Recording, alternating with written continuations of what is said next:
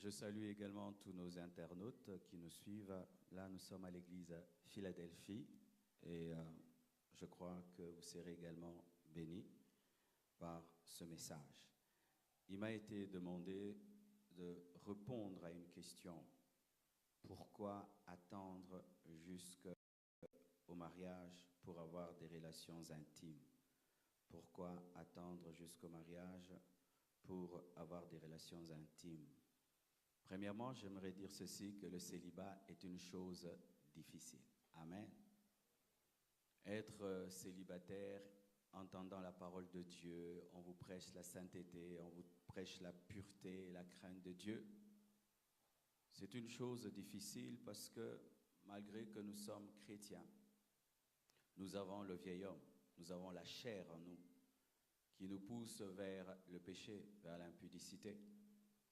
Et face à cette dualité entre une nouvelle nature et une ancienne, il y a des gens qui cèdent à l'ancienne nature, à leur vieil homme, et ils pêchent. Et d'autres qui arrivent à dominer cette vieille nature en vivant dans la sainteté. Certaines personnes, à cause de la dualité qu'ils ressentent en eux, malgré qu'ils se sont convertis, sont découragés. Ils disent, si je suis chrétien, mais pourquoi je ressens ceci? Pourquoi je fais cela? Donc Dieu ne m'a pas sauvé. Il baisse les bras et se livre au péché, se livre à l'impudicité. Et ils disent que c'est impossible d'être un célibataire saint. Et lorsqu'une fille peut prétendre qu'elle est vierge, pour certains chrétiens même, c'est une absurdité, un miracle. Alors que c'est une chose normale en Christ. Sachez ceci, mes frères et sœurs, qu'il est possible d'être célibataire et vivre dans la sainteté. Il est possible d'être célibataire et ne pas être impudique. Il est possible d'être fiancé et ne pas coucher avec sa fiancée, son fiancé. Il est possible d'être célibataire sans être dans la masturbation. Déjà, vous devez croire que c'est possible. Parce que si après cette parole, vous me posez des questions, ce serait bien, je vais édifier votre intellect, mais je ne vais pas toucher à vos esprits, vous devez le croire. Car si tu ne crois pas, alors toutes tes questions sont vaines. Ce sera seulement pour toi une occasion d'avoir des arguments pour continuer à pécher. Et si tu es venu là pour avoir des arguments de plus pour continuer à pécher, tu en auras, mais ce n'est pas le but. Vous devez croire qu'il est possible d'être célibataire dans la chasteté, dans la pureté, ayant la victoire sur tous les vices qui rongent la jeunesse actuelle. Est-ce que vous le croyez d'abord? Levez la main si vous le croyez. Amen. C'est bien comme nous sommes d'accord. Voici. Pourquoi attendre jusqu'au mariage pour avoir des relations sexuelles? J'ai 12 réponses. Amen. 12. 1. Pourquoi? Parce que c'est la volonté de Dieu. C'est la volonté de Dieu. Et la volonté de Dieu parfaite que tu attendes jusqu'au mariage pour avoir des relations sexuelles. C'est la volonté de Dieu. Ce n'est pas la volonté du pasteur Marcelo. Ce n'est pas la volonté du pasteur Ken. C'est la volonté de Dieu. Que tu attendes jusqu'au mariage pour avoir des relations intimes. Quel est le verset? J'irai même pas dans la loi de Moïse. Je prends Genèse 2, verset 24, avant même la loi. Que dit la Bible dans Genèse 2, verset 24? C'est pourquoi l'homme quittera son père et sa mère et s'attachera à sa femme et ils deviendront une seule chair. Amen. Adam et Ève sont les premiers mariés du monde. Et Dieu, au travers d'eux, établit un principe.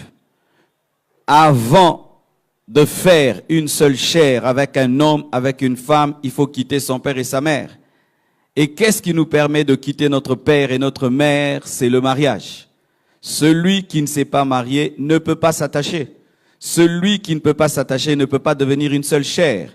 Ainsi, par Genèse 2, verset 24, déjà, avant même la loi de Moïse, avant même l'évangile, Dieu établit un principe que pour faire une seule chair, il faut quitter ton père et ta mère. Quiconque n'a pas quitté son père et sa mère ne peut pas faire une seule chair. Faire une seule chair avec un homme, avec une femme, avant de quitter ton père et ta mère par le mariage, n'est pas dans la volonté parfaite de Dieu. Pourquoi il faut attendre? Parce que c'est la volonté parfaite de Dieu. Et Genèse 4, verset 1 nous dit, Adam connut Ève, sa femme. Elle conçut et enfanta Caïn, et elle dit, j'ai formé un homme avec l'aide de l'Éternel. Adam connut Ève, sa femme, pas Ève, sa copine. Alléluia. Adam connut Ève, sa femme, pas Ève, sa fiancée. Adam connut Ève, sa femme. On ne peut connaître que sa femme. On ne peut être connu que par son mari. Toute autre connaissance, toute autre intimité est impudicité et adultère. L'impudicité, ce sont les relations sexuelles entre des célibataires. Avant le mariage, lorsque deux célibataires ont des relations sexuelles en dehors du mariage, c'est l'impudicité. Et lorsque des mariés sortent, un mari trompe sa femme, une femme trompe son mari, c'est l'adultère. Mais tout cela est toujours dans l'ensemble impudicité. Alléluia. Adam connut sa femme.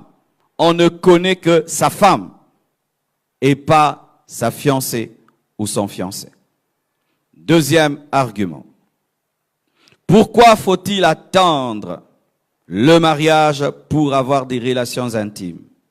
Parce qu'en dehors du mariage, c'est l'impudicité ou c'est l'adultère. Toute relation sexuelle en dehors du mariage, c'est l'impudicité ou l'adultère. Donc, c'est le péché. C'est le péché. Hébreux 13, verset 4, nous dit ceci. Que le mariage soit honoré de tous, et le lit conjugal exempt de souillure, car Dieu jugera les impudiques et les adultères.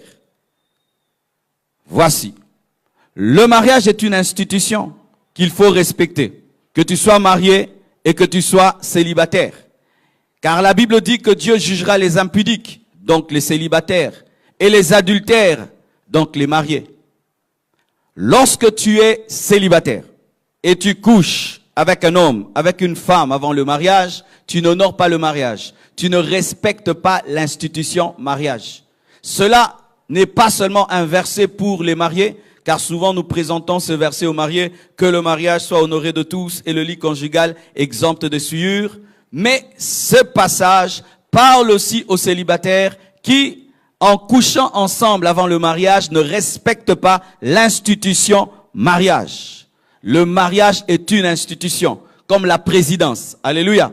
C'est une institution qu'il faut respecter. Et si tu te comportes comme un président sans avoir été nommé, ça crée des problèmes. Et si tu te comportes comme un marié sans le mariage, ça crée un problème. Tu peux finir en prison si tu te comportes comme un président sans lettre, et tu finis dans une prison spirituelle lorsque tu te comportes comme un marié sans lettre. Pourquoi? Tu n'as pas respecté l'institution mariage. Alléluia. Respectez le mariage. Il est interdit de se comporter comme un marié sans être marié. Et nous voyons des gens même sans le mariage. Pire même, ce n'est pas qu'ils couchent des fois ensemble. Non, ils vivent ensemble. Ils ont même des bébés et on les appelle papa, papana, papana. Ce n'est pas parce que dans le quartier on t'appelle papaya que tu es marié. Amen. Hein? Et ce n'est pas parce que vous avez fait 10 ans de concubinage que vous êtes des mariés. Vos enfants sont des enfants de concubinage. Chaque enfant est un péché. Ouais. 10 enfants, 10 péchés. 20 péchés. 20 ans de concubinage, 20 ans de péché. Et même si la famille trouve que c'est normal et la société le trouve normal, c'est le péché. La femme samaritaine vivait avec un mari qui n'est pas son mari et Dieu lui a dit qu'elle n'était pas mariée. Le problème, c'est que nous sommes dans les Yakato Fanda et nous pensons que c'est Yakato Balana. Vous tous qui vivez sans mariage, vous n'êtes pas mariés. Oh, c'est ma femme. C'est ta femme? Tu l'as épousée? Est-ce que Dieu la reconnaît comme ta femme? Mais on est à 10 ans, 20 ans. Pas souvent ici, mais tu vas à l'étranger, il faut toujours poser la question aux gens, est-ce que vous êtes mariés? Parce qu'ils vont te présenter, c'est ma femme, c'est ma femme. Il faut poser la question, vous êtes vraiment mariés? Ils habitent ensemble, mais ils ne se marient pas. Et nous voyons même des frères et sœurs en Christ. Ici, quand vous voyagez, vous allez habiter dans une maison avec un garçon, avec une fille. Pourquoi on vit ensemble, on se touche pas? Ah, Pondu, Nantaba, Bisika Moko, Oliate. Ah non. Si vous êtes devenus des robots en Christ, nous sommes des hommes en Christ. Des hommes en Christ. Ah oui, il y a des robots. Robots en Christ. Robots en Christ, non, on vit ensemble. Ah, avec une femme, vous n'êtes pas mariés. Vous priez seulement. Ne tentez pas le diable lorsqu'il ne vous a pas tenté. Laissez-le tranquille. Amen. Hein? Ne faites pas une invitation à Satan lui disant, viens nous tenter. Amen. Troisièmement, pourquoi attendre le mariage? Parce que les relations intimes avant le mariage ont des conséquences néfastes sur tous les plans. Je ne suis pas là pour tourner le couteau dans la plaie, mais je veux dire des vérités. Amen. Est-ce que je peux être libre encadreur? Amen. On m'a donné la liberté. Amen. C'est dans je dois demander la liberté parce que j'ai trop de problèmes. Parce que cela entraîne des conséquences néfastes sur tous les plans. La Bible dit ceci, dans Galates 5, versets 19 à 21. Or, les œuvres de la chair sont manifestes. Ce sont l'impudicité, l'impureté, la dissolution. L'impudicité est une œuvre de la chair selon Galates 5, verset 19. Et Galates 6, versets 7 à 8 nous dit, ne vous y trompez pas, on ne se moque pas de Dieu. C'est qu'un homme aura sémé, il le moissonnera aussi. Celui qui sème pour sa chair, moissonnera de la chair la corruption. Mais celui qui sème pour l'esprit, moissonnera de l'esprit la vie éternelle. Lorsque tu pratiques l'impudicité, qui est une œuvre de la chair, ne te trompe pas, on ne se moque pas de Dieu. Comme tu sèmes dans la chair, tu moissonneras la corruption. Tu auras des conséquences néfastes. Voici. L'impudicité a des conséquences néfastes sur le plan physique. L'impudicité amène des maladies, amène le sida, amène les syphilis, le gonorrhée et toutes ces maladies sexuellement transmissibles. Mais aussi la grossesse. Des fois, je suis étonné de voir des gens qui aiment les plaisirs mais qui n'aiment pas le bébé. Si tu aimes le plaisir, il faut t'attendre au bébé. Vous êtes très étonné quand vous avez des grossesses, mais vous n'êtes pas étonné quand vous avez du plaisir. Tu aimes le plaisir, attends-toi au bébé. Maintenant, qu'est-ce que ça fait? Les conséquences physiques, c'est que tu auras des enfants en dehors du mariage. Et les enfants qui naissent en dehors du mariage, lorsqu'ils ne rencontrent pas Christ, ils se sentent complexés face aux autres, parce qu'à l'école, on se pose des questions. Et toi, t'es né où? Moi, dans le mariage, et toi, en dehors du mariage. Ah oui. Et sachez ceci. Lorsque vous avez des relations intimes avant le mariage, la plupart des hommes sont des irresponsables. Ils aiment le plaisir, mais quand vient le bébé, ils rénient le bébé même s'il lui ressemble. Alors, tu vas te retrouver comme étant une fille mère. Et quand tu es une fille mère, les probabilités du mariage diminuent, vrai ou faux? Dans nos églises, nous bénissons 300 mariages, 400 mariages. Combien de mariages de filles mères? Combien? Combien de mariages de filles mères?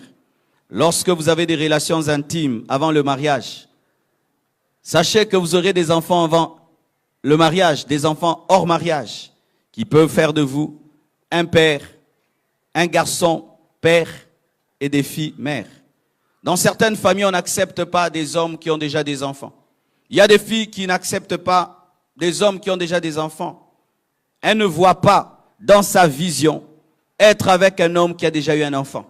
Alors les relations intimes avant le mariage peuvent faire que la femme de ta vie te refuse pour un bébé. Que l'homme de ta vie refuse de t'épouser parce que tu as déjà eu un enfant. Et des fois, cet homme peut t'aimer mais sa famille ne t'accepte pas. Des fois, cet homme peut t'aimer avec ton enfant mais sa famille résiste. Et va vous résister même pendant 5 ans, 6 ans. Et le temps qu'on vous résiste, qu'est-ce que cela crée? Vous allez encore tomber, vous aurez un deuxième bébé en dehors du mariage. Et pour ceux qui aiment les apparences, ça amène à l'avortement. Tu as avorté combien de fois? Toi qui te moques des filles mères, si tu devais engendrer toutes les grossesses que tu as eues, tu aurais combien? Une équipe de football? Mais oui, na longoli yango, yango komo nango nini?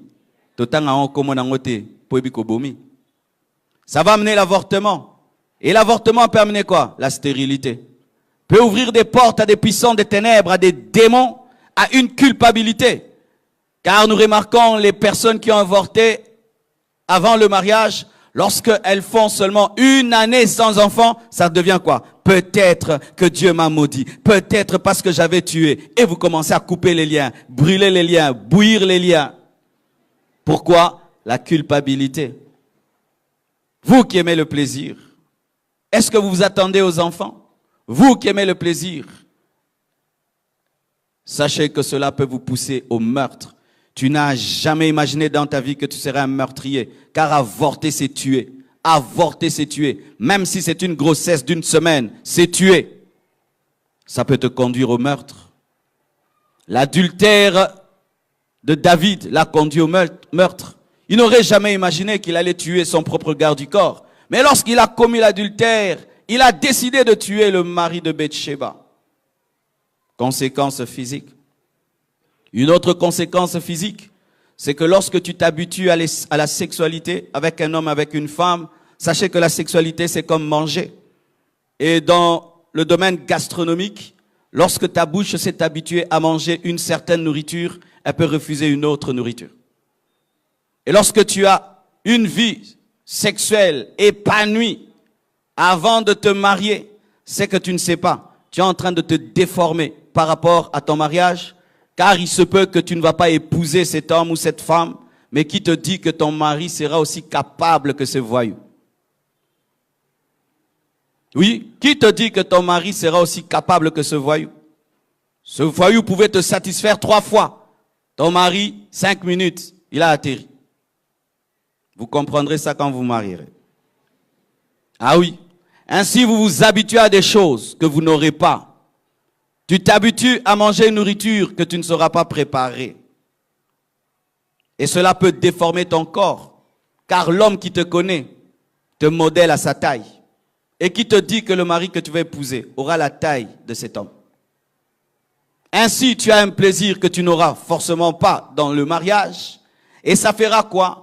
Pendant que tu es marié, certaines doivent se concentrer sur leur ex pour avoir la jouissance.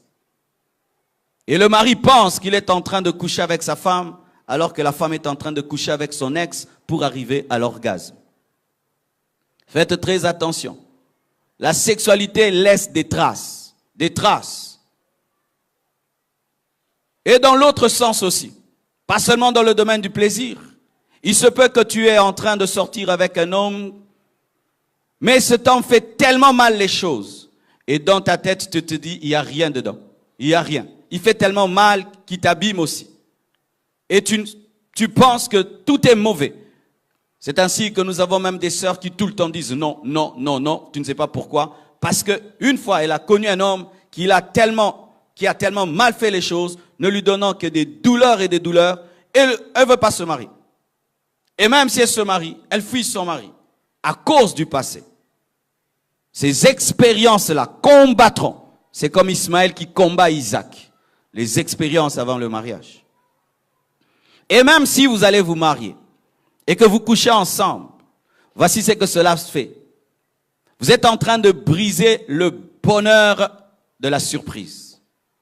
C'est ainsi qu'il y a des mariés qui dansent jusqu'à 4 heures du matin, on ne comprend pas. 2 personnes qui ne se sont pas connues le jour de leur mariage, ils dansent jusqu'à 5 heures du matin. Ils ne sont pas pressés de partir. Ah, vous avez tout fait. Oh, communion fraternelle. Ah non, non. Les gens qui n'ont rien fait, ils sont pressés de partir.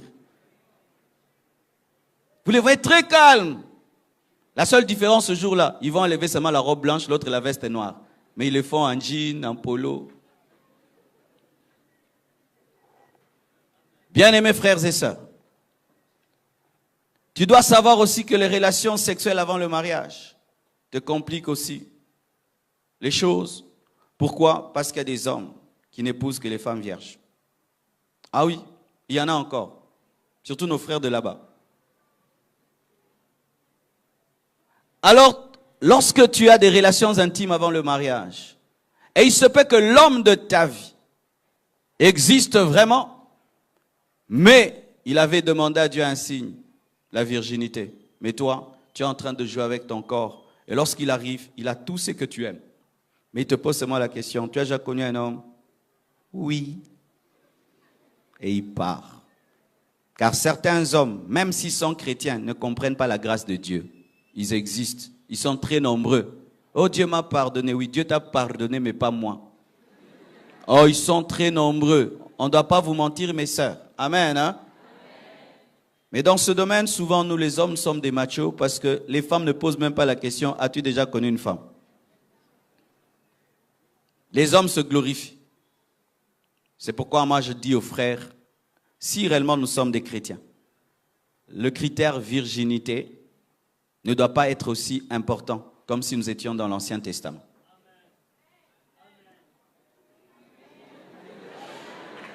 Je sens qu'on veut me lapider. Je peux parler, mais c'est terrible. Hein? Tu vas avoir un frère qui va prêcher la grâce de Dieu, c'est une faveur imméritée. Et Dieu te pousse à faire grâce à une sœur. Non, non, non, non. La faveur imméritée avec un tel frère, pas avec moi. Moi, c'est la loi. Bien-aimés frères et sœurs, si vous voulez vous marier et toujours vous présenter la condition virginité, vous allez pousser nos sœurs à épouser des païens. Parce qu'il est supposé que lorsqu'on vient en Christ, on a péché. D'une manière ou d'une autre, il faut vérifier la repentance. Alléluia. Car aussi une femme peut être vierge, mais très très mauvaise. Alléluia. Une mauvaise femme, insolente, impolie, très très sale, mais elle est vierge. Alors si pour vous, la virginité, c'est ça seulement qui suffit pour épouser une femme, vraiment, vous avez commis la pire erreur. Parce que la virginité, quand tu épouses une femme vierge, eh bien, elle perdra cette virginité en une nuit. Mais après, maintenant, le caractère dure pour toute la vie. Mais non, ce n'est pas non plus que je vous encourage à perdre votre virginité.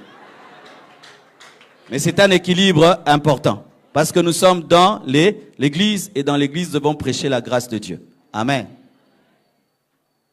Les conséquences physiques.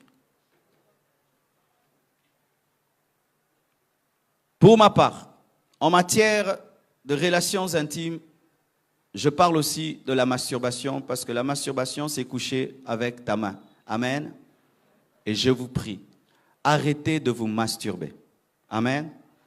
Arrêtez de vous masturber. J'ai prêché dans une église et Dieu m'a dit de parler de la masturbation. Et lorsque j'ai fait l'appel, c'était la moitié de l'église qui est passée devant. Parce que le diable a dit aux chrétiens, tu peux le faire tout seul, comme ça tu ne pêches avec personne, mais tu pêches avec ta main. Lorsque tu t'habitues à te masturber avant le mariage, tu es en train de te déformer. Étant donné que quand tu te masturbes, tu le fais tout seul et tu te connais et tu sais qu'est-ce que tu dois te faire pour parvenir au plaisir, l'autre, quand il va t'épouser, il ne connaît pas comment fonctionne ton corps. Il peut se faire que malgré que tu es marié, tu continues à te masturber. Je vous assure, je connais une femme qui a attrapé son propre mari en train de se masturber, mais marié. Alors ne pensez pas qu'en développant une mauvaise habitude de masturbation, lorsque vous allez vous marier, cela va s'arrêter.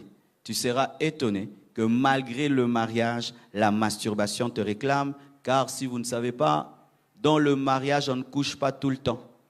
Des fois, on peut se chamailler, se quereller, et pendant ces temps-là, il n'y a rien, mais la main est toujours disponible. Moi, je vous parle, hein? Alors, cette habitude-là viendra à ton secours lorsque vous allez vous quereller. Ainsi, tu seras un adultère dans ta maison. Mais ce n'est pas que tu couches avec une autre femme, ni avec un autre homme, avec ta propre main. Et au dernier jour, tu finis en enfer, tu es très étonné. J'ai péché avec qui? Tu as péché avec ta main. Arrêtez maintenant. Déjà, soyez libérés déjà maintenant que vous êtes célibataire. Sinon, en allant dans le mariage, vous pouvez des fois souffrir d'impuissance. Vous pouvez souffrir d'éjaculation précoce. vous pouvez souffrir de frigidité. Quand tu le fais avec ton mari, tu ne ressens rien. Tu le fais avec ta femme, tu ne ressens rien. Et tu es très étonné, mais c'est à cause d'une mauvaise habitude que tu as acquise tout en étant célibataire. Si tu t'es repenti, mais cela continue, fais l'effort de voir les serviteurs de Dieu, parce que l'une des choses qui brise la masturbation, c'est le partage. C'est l'un des péchés les plus secrets dans l'Église. Et lorsque quelqu'un arrive à partager, à le dire, à mettre à nu ce péché, sa puissance est anéantie.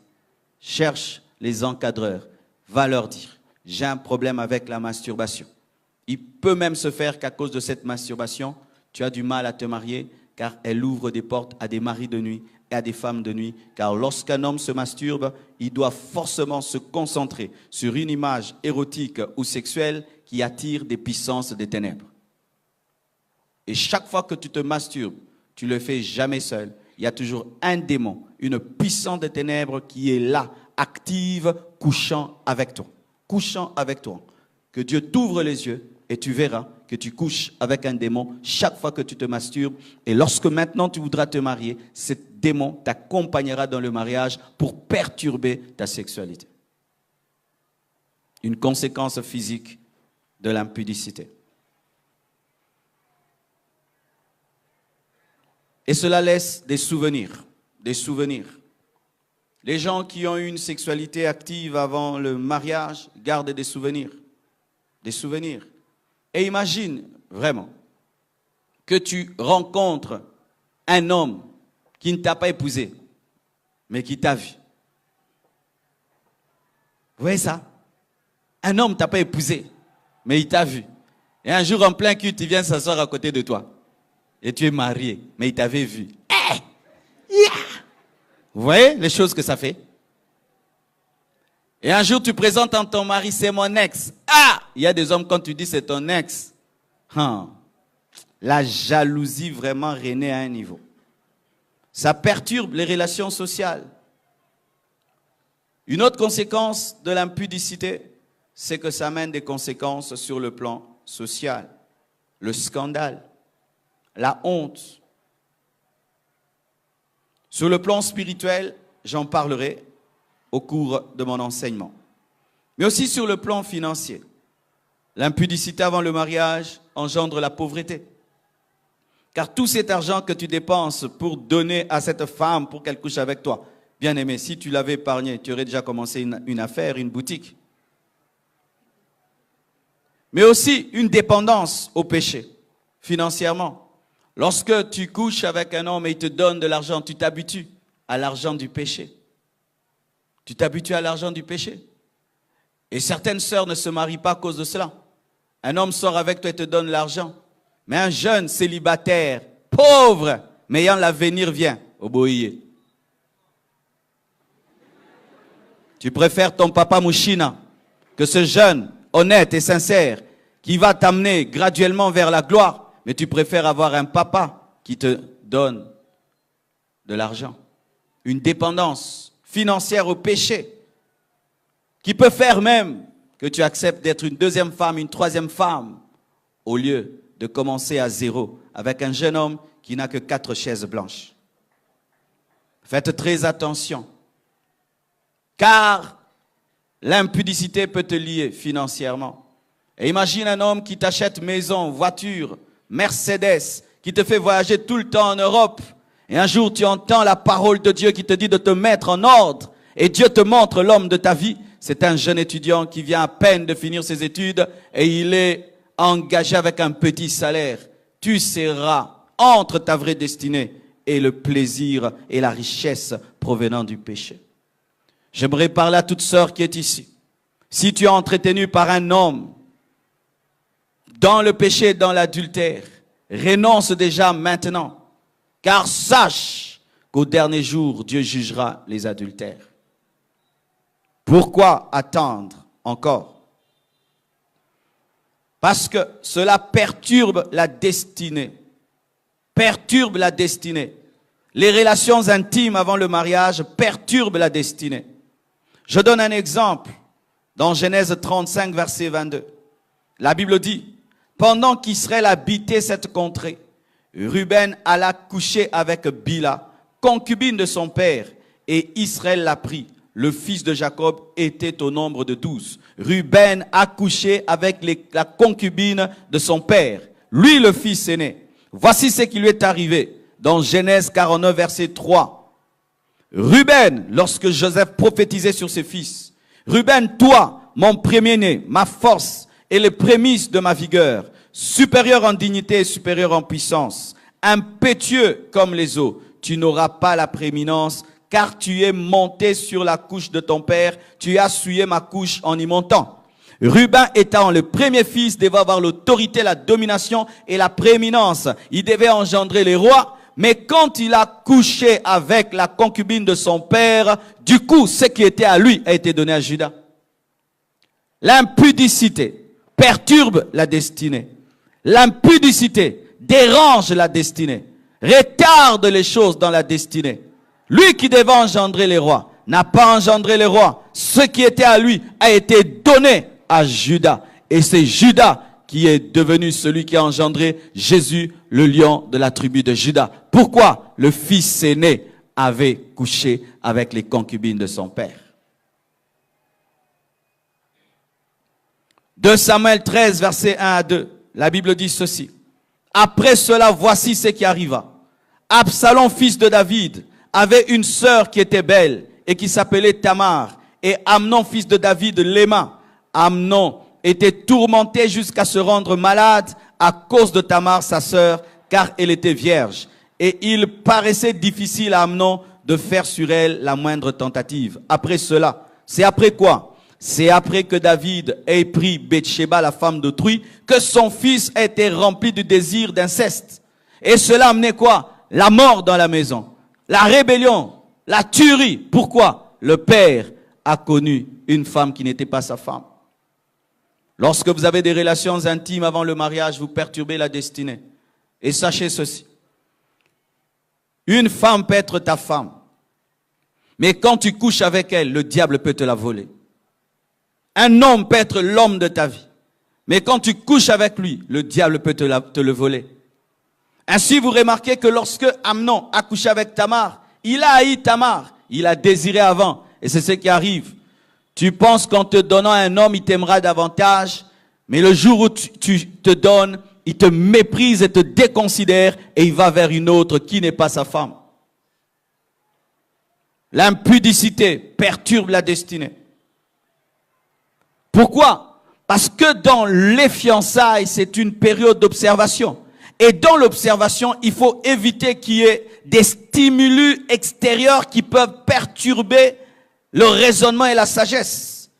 Lorsque tu es en train d'étudier le caractère d'un homme et d'une femme, mais tu couches avec elle, qu'est-ce que ça va faire? Ça va perturber ton jugement. Tu ne sauras plus pourquoi tu l'épouses, pour le plaisir ou pour son caractère. C'est pourquoi les mauvaises personnes qui savent qu'elles ont un mauvais caractère aiment pousser les autres dans l'impudicité pour que tu ne puisses plus te concentrer sur ses défauts, mais sur le plaisir. Des voyous. Oui. Quand une femme sait qu'elle a des grands défauts et elle sait que sur base de la sagesse et de l'observation, tu ne pourras pas l'épouser. Cette femme va te pousser à coucher avec elle.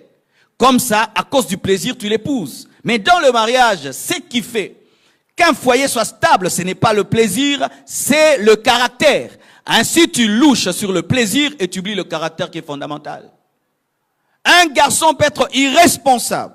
Il sait qu'une fille comme toi ne peut pas l'épouser. Et qu'est-ce qu'il va faire? Il va se battre, coucher avec toi. Et une fois qu'il couche avec toi, à cause de ce qu'il t'a fait, tu acceptes de l'épouser alors que c'était un irresponsable. Un irresponsable très fécond. Vous voyez des filles comme ça, qui épousent des irresponsables féconds.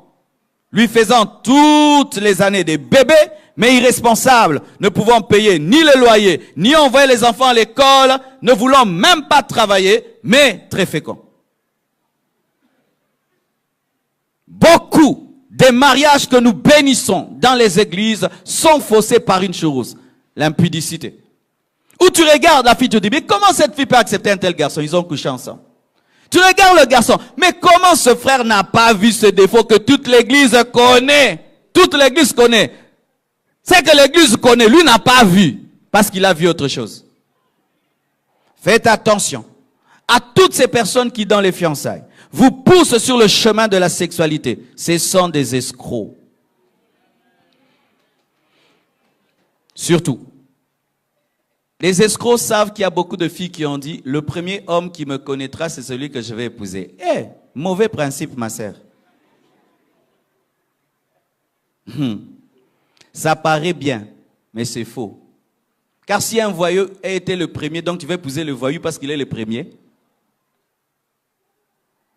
Alors, comme certains hommes savent qu'il y a beaucoup de filles qui disent « Je n'aimerais pas connaître deux hommes dans ma vie, un seul. » Alors le premier sera le dernier. Alpha Oméga.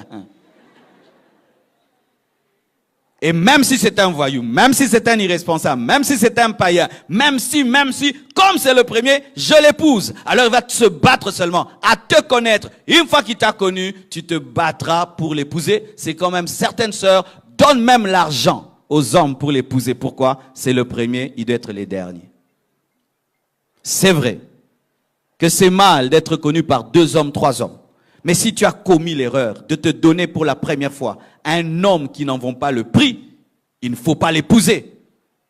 Ton rêve est brisé, c'est vrai, mais tu ne vas pas totalement anéantir ta vie parce que l'un de tes rêves est brisé. Tu n'es pas obligé d'aller jusqu'au bout, l'épouser parce qu'il est le premier, alors que c'est un voyou, alors que ce n'est pas lui. C'est vrai que c'est le premier. Mais vous n'avez pas la même vision. C'est vrai que c'est le premier, mais vous n'avez pas le même tempérament. Vous n'avez pas le même rêve. Vous n'avez pas les mêmes ambitions. Vous n'avez même pas la même spiritualité. Même si c'est le premier, il ne doit pas être le dernier. Pleure, demande à Dieu pardon, relève-toi et cette fois, sois sage. Alléluia. Cinquièmement, pourquoi il faut attendre le mariage? Parce que l'impudicité ouvre la porte aux démons. L'impudicité engendre le transfert des esprits impurs. L'impudicité attire les démons et chasse les anges. L'impudicité attire les démons et chasse les anges. La Bible dit ceci. 1 Corinthiens 6, versets 15 à 16. Ne savez-vous pas que vos corps sont des membres de Christ? Prendrais-je donc les membres de Christ pour en faire les membres d'une prostituée? Loin de là. Ne savez-vous pas que celui qui s'attache à la prostituée est un seul corps avec elle? Car, est-il dit, les deux deviendront une seule chair. Bien-aimé, lorsque tu couches avec quelqu'un, vous devenez une même chair. Vous vous transmettez tout. Amen. Hein? Il n'y a pas qu'un transfert sanguin. Il n'y a pas qu'un transfert physique, il y a aussi un transfert spirituel. Lorsque vous devenez une même personne, automatiquement, les puissances de ténèbres qui habitaient cette personne considèrent que tu es cette personne. Tu couches avec un homme qui est possédé, automatiquement, tu deviens cet homme et sa possession devient ta possession. C'est pourquoi il y a des gens, depuis que tu as couché avec tel, tu as un esprit d'impudicité. Un esprit d'impudicité t'a rempli. Tu n'étais pas aussi pervers qu'avant. Tu te trouves, mais qu'est-ce qui m'arrive? Tu es devenu aussi pervers, possédé que cet homme, que cette femme. Il y a transfert des démons. Mais écoutez, lorsque tu es marié et tu vis dans la crainte de Dieu, si ton mari est impudique, ta femme est impudique, et toi tu couches avec elle, il n'y aura pas de transfert des démons parce que Dieu te protège. Alléluia. Parce que c'est dans le mariage. Mais quand vous n'êtes pas marié, il y aura transfert de démons, car l'ange de l'Éternel campe autour de ceux qui le craignent. Alléluia. Mais si tu crains Dieu, c'est dans le mariage, ton mari devient infidèle, ta femme devient impudique, tu couches avec elle, Dieu te protégera parce qu'il veille sur toi. Mais si vous n'êtes pas marié, les anges de Dieu ne vont pas camper autour de vous et il y aura transfert des démons, transfert des malédictions, transfert des puissances des ténèbres. Et sachez que dans le domaine de la sorcellerie, la sexualité est parmi les plus grandes armes. Lorsque le diable veut détruire une jeune femme, il pousse un garçon sorcier à coucher avec elle. Lorsque le diable veut détruire un jeune garçon, il pousse une femme sorcière à coucher avec lui. Je peux vous témoigner des choses, des attaques démoniaques que j'ai eues. Bien-aimé, tu vois une très très belle fille et tu dis, ah, Dieu m'a montré la femme de ma vie. Tu vas dormir, Dieu te montre qu'elle est sorcière. Bien-aimé, faites attention. Le diable choisit les belles femmes et les beaux garçons.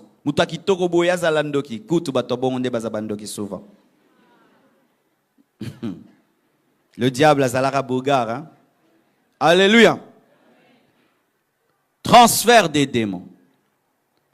Depuis que tu as couché avec elle, tu échoues à l'école. Depuis que tu as couché avec lui, tu n'as plus d'argent. Depuis que tu as couché, rien ne marche dans ta vie. Tu n'as que des problèmes, des malédictions et des problèmes. Et souvent nous cherchons les démons très loin. Les oncles, les tantes, alors que c'est l'homme ou la femme avec lequel tu couches avant de te marier. Bien-aimé, si tu fais un bilan, avant les fiançailles, tout allait bien. Tu avais de l'argent, tu prospérais, tu avançais. Depuis que tu es fiancé et tu couches avec cette fille, tout va mal. Il y a eu un transfert de malédiction. De malédiction.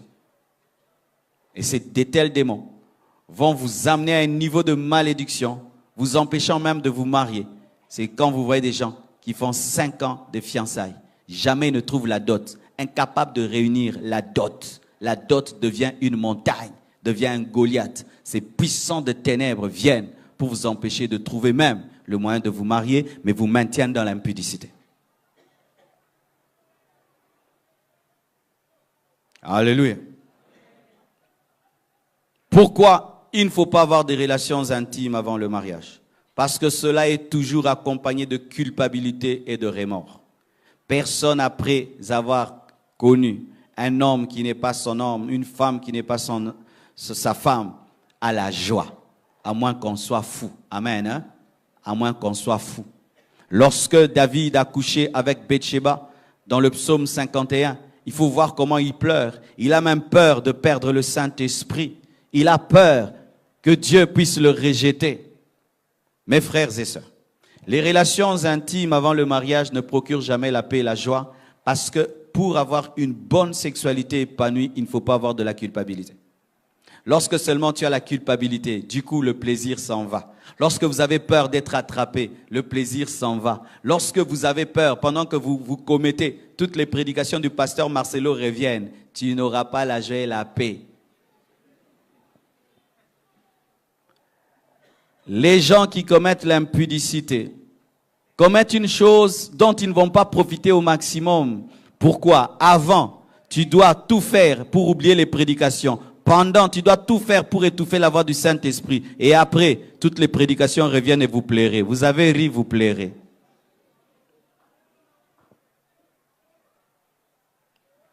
C'est pourquoi je vous donne un secret pour vaincre l'impudicité.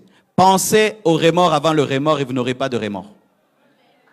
Lorsque le diable te pousse à l'impudicité, dis-lui, je sais déjà ce que je sentirai, je vais pleurer, je serai culpabilisé, je ne le fais pas. Ainsi, tu sens ce qu'il y aura avant que le sentir et tu ne le sentiras pas. Mais qu'est-ce qui se passe? Le diable nous fait oublier les conséquences pour qu'on commette le péché. Si Adam et Ève avaient vu les conséquences, ils n'allaient pas commettre le péché.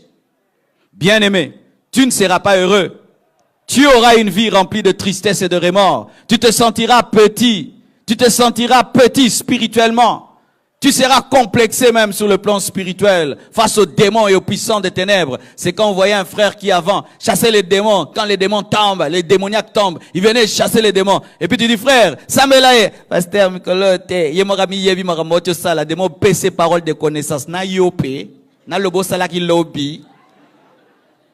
Yao bobanga osbenga na ba démons. Surtout ba démon ba lobaka. E ba démon musu baza munoko aba na yo penza leka mon frère aleki. Il faut pas osongisa ma yebi pone aleki makamba salaka. Aza même démon na démon ba obengana. Il a un démon ami au démon. Alléluia. Et sachez ceci. Un véritable chrétien n'a jamais la joie dans le péché. Tu peux t'entêter, tu peux donner des versets, cantiques de cantiques, la grâce de Dieu. Tu n'auras jamais la paix, car l'impudicité attriste le Saint-Esprit. Et quand le Saint-Esprit est attristé, il cesse de te donner la paix, la joie. Il te convainc de pécher en te rendant triste. Et pourquoi aimerais-tu mener une vie de tristesse? une vie sans joie, ou quand tu pries, tu es culpabilisé. Tu adores le péché devant toi. Dans tout ce que tu fais, tu as le péché devant toi. Il n'y a aucune joie dans le péché. Il n'y a que des remords et des culpabilités. Si David savait qu'après avoir couché avec Bathsheba, il allait écrire un psaume 51, rempli de remords et de culpabilité, l'homme joyeux est devenu l'homme triste. Faites très attention, mes frères. Cette joie, cette paix que vous avez, vous risquez de la perdre par l'impudicité. De la perdre par l'impudicité.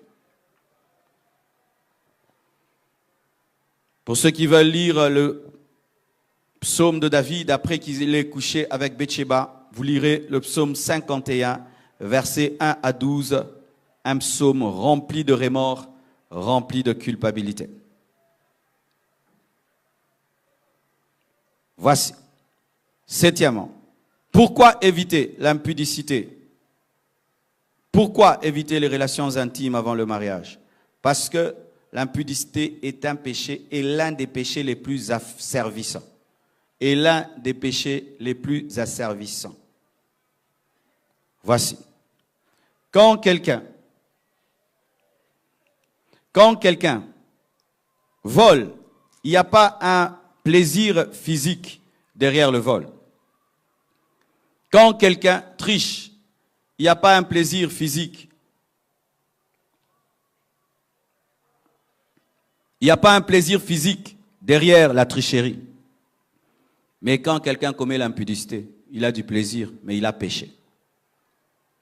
Le corps sécrète une drogue lorsque l'homme a le plaisir sexuel. Et cette drogue touche le cerveau. Et de la même manière qu'il y a des personnes qui sont liées à la cocaïne, il y a des gens qui sont liés à la drogue, sécrétée par le corps lorsqu'il y a relation sexuelle. C'est lorsque vous voyez quelqu'un qui n'arrive pas à arrêter l'impudicité comme un drogué, qui n'arrive plus à arrêter avec la cocaïne. Mon frère, toi qui n'as jamais connu l'impudicité, n'ose pas. Amen. Hein? C'est comme si tu dis, Bobé tangama tongandambuya, cocaïne sentir. Alléluia. Tous ces hommes que vous voyez derrière des prostituées, tous ces hommes que vous voyez derrière le péché, pourquoi ils sont? C'est parce qu'ils sont liés, ils deviennent esclaves. Mes frères et sœurs, ne jouez pas avec le péché. Le péché a servi. Le péché rend esclave. Surtout l'impudicité, parce que c'est un péché accompagné d'un plaisir. Tu fais le mal, mais tu te sens bien. C'est pourquoi le diable retient les gens dans l'impudicité. Il sait que c'est mal, mais le corps lui dit, oui, c'est mal, mais je me sentirai bien. Et rien que pour cette jouissance de quelques minutes, il y a des gens qui sont liés toute leur vie, comme le drogué, qui pendant un court moment seulement, quand il prend la drogue, il commence à aller, il est sur des nuages, il oublie ses problèmes, il oublie ses difficultés. Rien que pour ça, il peut être lié à la cocaïne. Il en est de même avec l'impudicité. C'est pourquoi, mes frères, je vous pose cette question. Un plaisir de quelques minutes t'amène en enfer. Le diable t'a escroqué. Tu finis dans le feu, rien que pour un plaisir de quelques minutes. Quelle escroquerie! Alors réfléchissez très bien.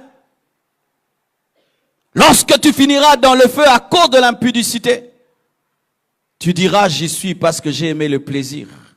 Et le plaisir t'amène une souffrance éternelle. Pour un petit plaisir, tu connais une souffrance éternelle. Faites très attention. Vous qui n'avez jamais connu l'impudicité, il se peut que tu avec ta fiancée, vous ne couchez pas ensemble. Et vous rencontrez un jour des frères, les faux frères des églises, qui ont des mauvais témoignages à partager aux gens. Frère, nous on couche ensemble, mais Dieu nous a pardonné, on s'est mariés, hein, et puis Dieu nous a bénis avec des triplés. Il y a des gens qui ont des témoignages comme ça. Et puis vous voyez un couple, des fiancés, qui ne couchaient pas. Oh, mais eux, malgré ce qu'ils ont fait, Dieu les a bénis et vous essayez. Faites attention. Dans le domaine de la noyade, il y a des gens qui se noient et qui crient au secours, on les sauve. Mais d'autres se noient pour du bon. Peut-être Yosaba Oba Kendalibé là. Faites attention. N'ose pas. Amen. Hein? N'ose pas. Car il se peut que tu deviennes esclave.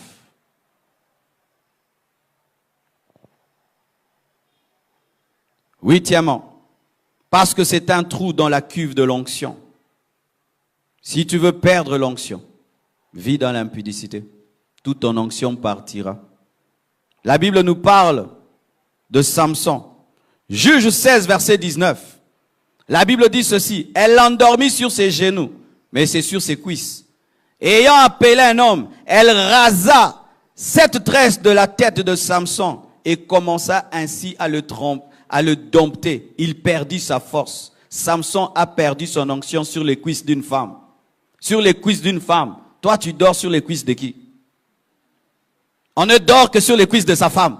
Alléluia. Si tu dors sur les cuisses d'une autre femme que ta femme, tu perds l'onction.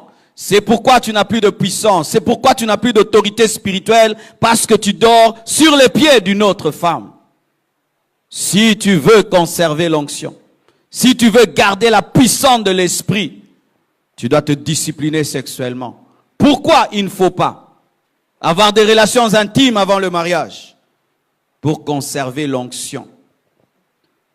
Le célibat, les fiançailles sont souvent le cimetière de l'onction. Vous allez voir un frère, il n'est pas fiancé. Il a la puissance de Dieu. Lorsque seulement il entre dans une relation de fiançailles, vous voyez l'onction diminuer. C'est parce qu'il couche avec sa fiancée. C'est parce qu'il flirte avec sa fiancée. C'est parce qu'il y a des caresses bizarres avec sa fiancée. C'est quand l'onction part. Je vous assure, dans les églises, les fiançailles sont devenues un cimetière de la puissance et de l'onction. Car c'est là que ceux qui m'aiment se consacrer ne se consacrent plus.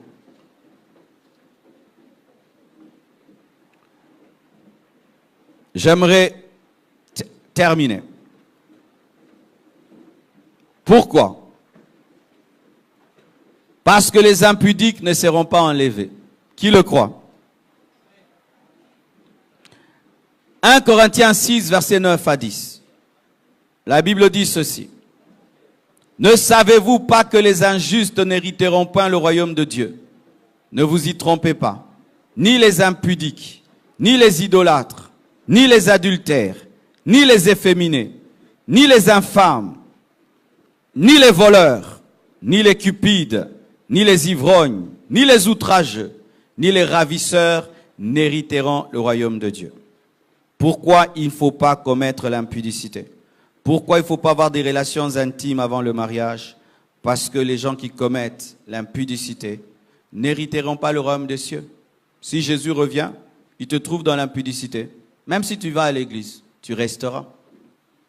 Alors ratez le mariage avec Christ seulement pour le plaisir.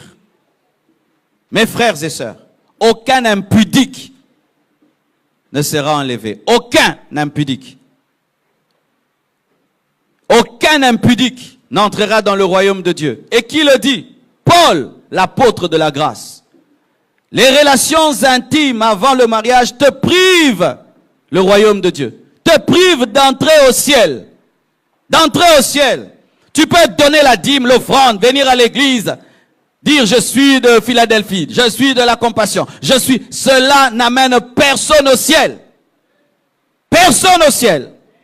Sans la sanctification, personne ne verra Dieu.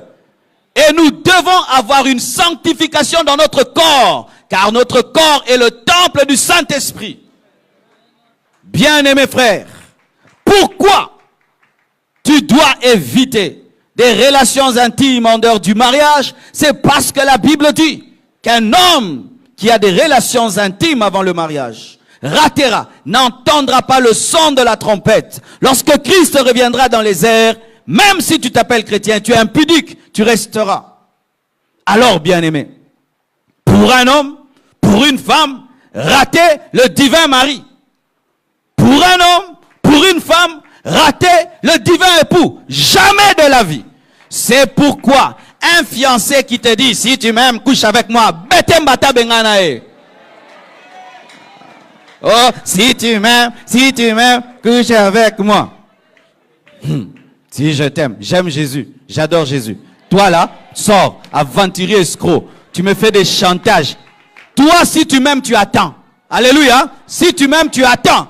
Si tu m'aimes, couche avec moi. Et si tu refuses, tu sais, il y a d'autres. Va chez les autres. Tu as déjà un langage d'adultère dans les fiançailles. Va. D'ailleurs, maintenant, je te permets, va chez les autres. Mais il y a des femmes, lorsqu'il y a un chantage, si tu m'aimes. Il y a un garçon, il est allé dire à une fille, vraiment, je suis malade, tu dois me guérir. La sœur devait devenir infirmière. Et la sœur, prise de compassion, je l'aide. Un homme qui t'aime, il te respecte. Un homme qui t'aime, t'épouse. Un homme qui t'aime, il attend. Un homme qui couche avec toi, c'est comme quelqu'un qui entre dans une maison, il n'a pas payé la garantie, le loyer. Bien aimé, c'est un squatter. Il a squatté. Il a squatté. Tu t'imagines, tu as une maison, tu l'as construite, achetée par des économies, tu as peint la maison, et un matin, tu vas visiter ta maison vide, tu trouves toute une famille qui habite. Ndeko. Aux endroits où on a présenté. Quand tu couches avec une femme que tu n'as pas épousée, c'est ce que tu fais. Ok, vous faites un ndako yo, vous faites le côté. Vous encouragez. Et même pire, vous tabassez même vos fiancés. Et toi, ma soeur, tu restes. Boutique, mobile, nangaza, brutal. Yo, vraiment, ça, chidingi, pensa. Chidingi. Il t'a pas doté, il couche avec toi et il te tape encore.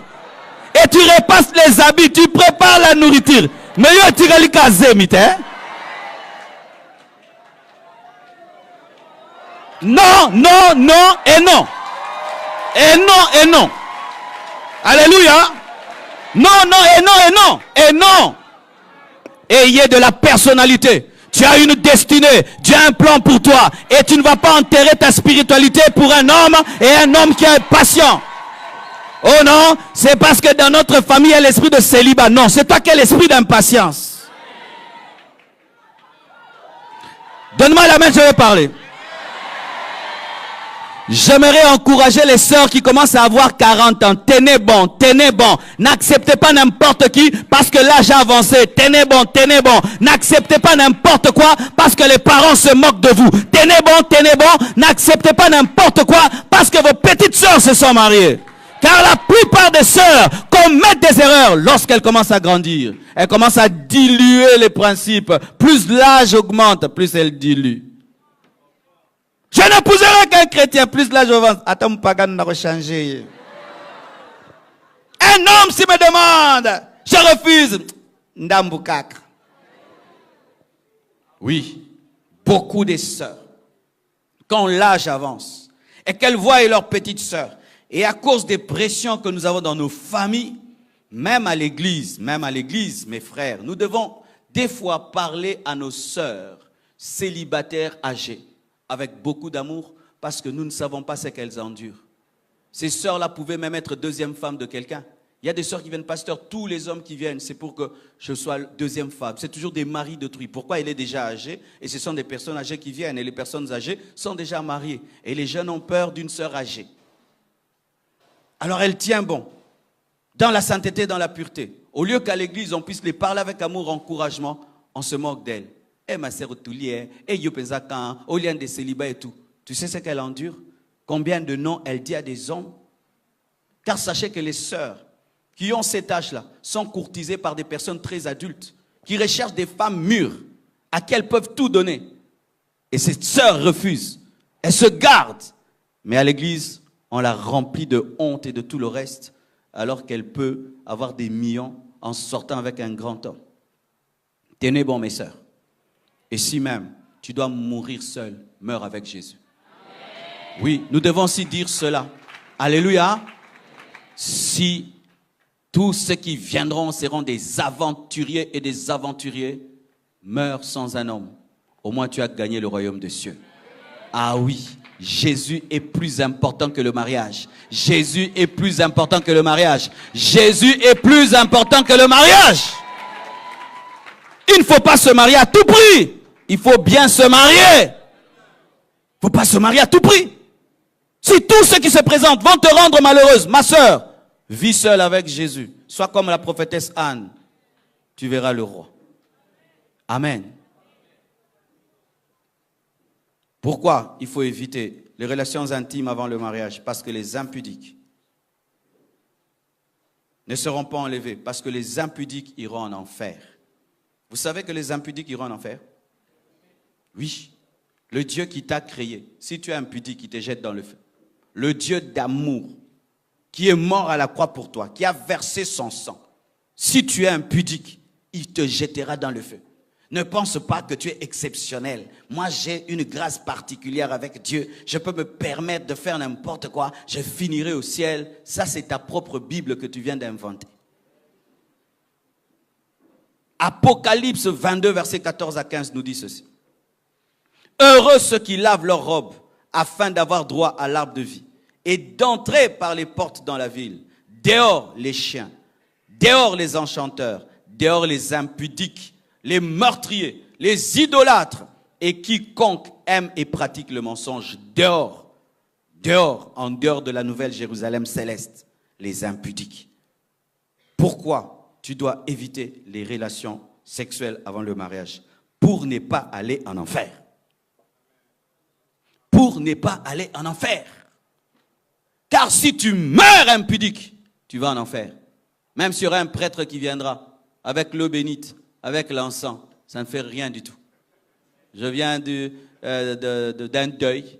Il y a un prêtre qui est venu à la fin avec de l'eau. Il a jeté sur les corps. Il a dit que la maman est allée au ciel. Ah, j'ai dit, Osabangouya, ma kasi papa oyo pesa Osabangouya. Eh, kaka na mai kaka memi mtu lola.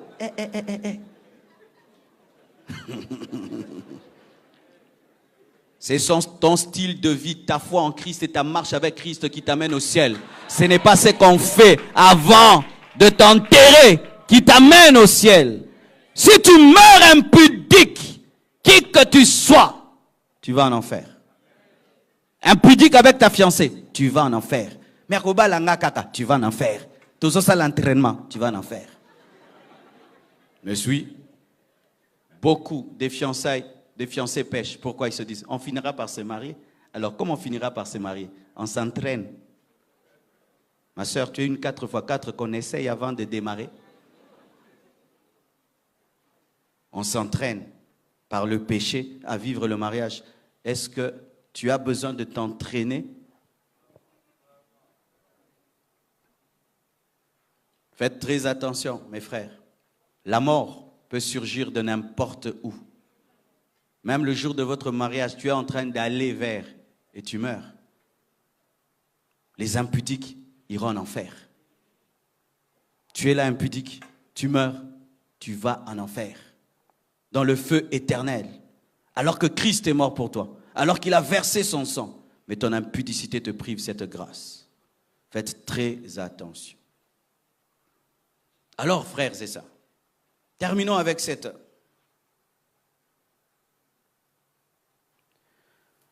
parole de Paul. Pourquoi faut-il éviter les relations intimes avant le mariage? Parce que c'est un double péché. Dites double péché. Double péché contre Dieu et contre son corps. 1 Corinthiens 6, versets 18 à 20.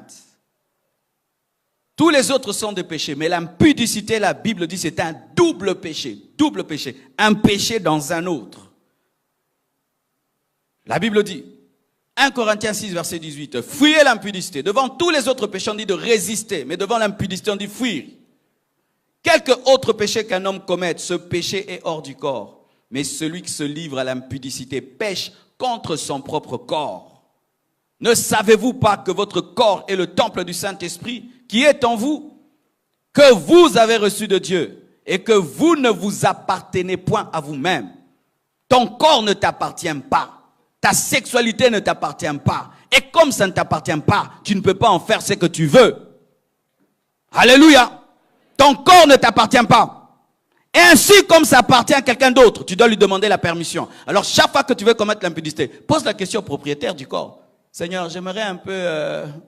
Qu'est-ce que tu en dis, Saint-Esprit? S'il te dit, vas-y, vas-y. Jamais l'Esprit de Dieu ne te dira de commettre l'impudicité. Chaque fois que nous nous livrons à l'impudicité, nous faisons de notre corps notre propre propriété. Alors que lorsque tu te convertis, et ton âme, et ton esprit, ton corps, tout appartient à Jésus-Christ. C'est comme si tu prends les ustensiles du temple et tu en fais un usage profane. Je donne l'exemple, tu entres dans le temple au temps de Salomon, au temps de Moïse, et tu prends le chandelier d'or qui devait éclairer le lieu saint et tu l'amènes dans une boîte de nuit. C'est ce que tu fais. Quand tu prends ton corps, qui est le temple du Saint-Esprit, et tu le livres à la prostituée, à l'impudicité, c'est une abomination, c'est une profanation. C'est comme si on prenait ce micro de l'église, on le donne à un musicien du monde, il commence à chanter avec. C'est comme si un jour vous venez ici au temple, et vous voyez là, il y a un concert païen dans le temple. C'est ça l'impudicité. C'est comme si un jour vous venez dans ce lieu consacré à Dieu, vous y trouvez des choses sales. C'est ça l'impudicité. C'est prendre le corps, le temple de l'esprit et y amener de la saleté, de l'abomination. C'est utiliser les ustensiles du temple à des choses profanes. Ta main peut guérir les malades, vrai ou faux? Mais tu en fais quoi? La main. Vous imposerez les mains aux malades et les malades seront guéris. Mais toi, tes mains font quoi? Ça touche des choses, et des choses, et après les quitte, mbote, déco. Sokola maboko nan. Des masturbateurs. Vous salissez vos mains qui devaient guérir les malades. Vous êtes dans des caresses impures, La main qui devait guérir est dans des caresses impures. C'est pourquoi tu ne guéris plus les malades. Ta main qui devait toucher les gens et ils sont guéris, elle touche des choses. Ustensile du temple. Mais utilisé comment? C'est comme un militaire. On lui donne une arme pour protéger la nation. Lui, il va voler avec. Dans des catchs. Vous voyez comment ça vous fait mal?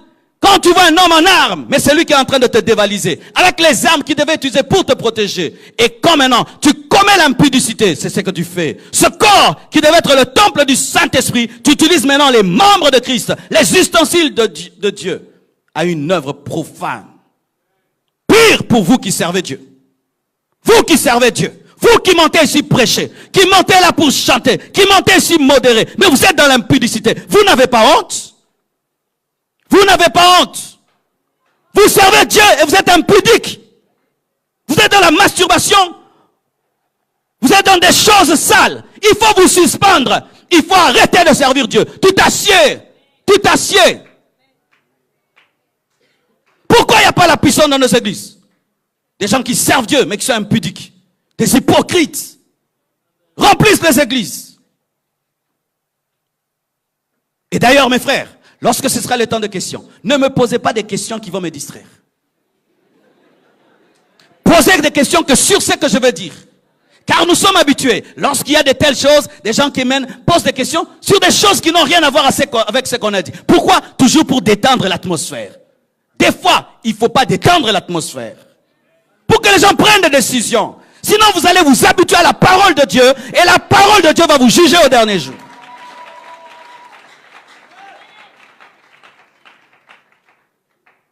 Bien-aimés frères et sœurs, l'homme qui commet l'impudicité pêche contre Dieu, il pêche contre son corps. Car quand tu te convertis, ton corps devient spécial, ça devient un temple du Saint-Esprit. Le Saint-Esprit est Dieu. L'univers ne peut contenir Dieu, mais lorsqu'un homme croit, il peut contenir Dieu dans son corps.